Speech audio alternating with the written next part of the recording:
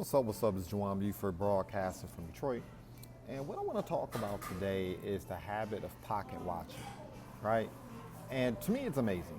As an entrepreneur that wakes up day and night, constantly focused on my focus, building my business, looking to network individuals who share my values and principles and mission, and just the difficulty, right, that comes along with being an entrepreneur and finding talent and finding individuals to partner and work with.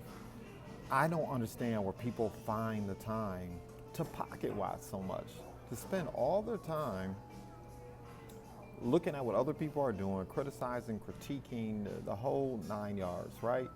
And it's amazing to me. People will allow other people to put a battery in their back. So oftentimes you're online critiquing individuals whom you have not met.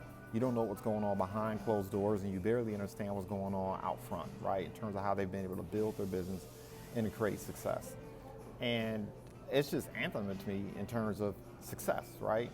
You don't want to be spending your time doing that, because at the end of the day, let me tell you, people find their level.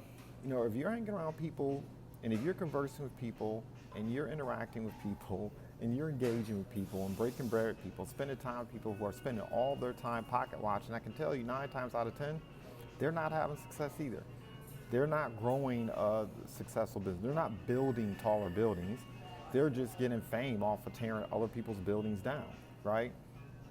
And it's something I encourage people to really reflect on. People really do find their level, right? A players like to work with, talk with, engage with A players. The majority of those A players are building businesses. They're creating solutions. They're doing it messy. They're going out there and taking the risk.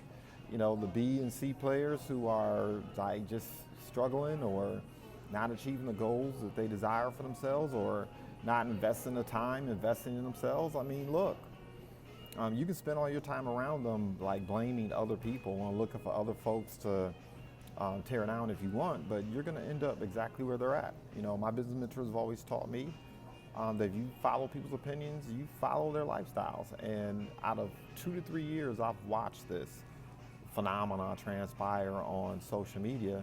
It's not surprising to me the majority of these channels and these individuals and folks who spend all their time critiquing and tearing other people down, they're not here.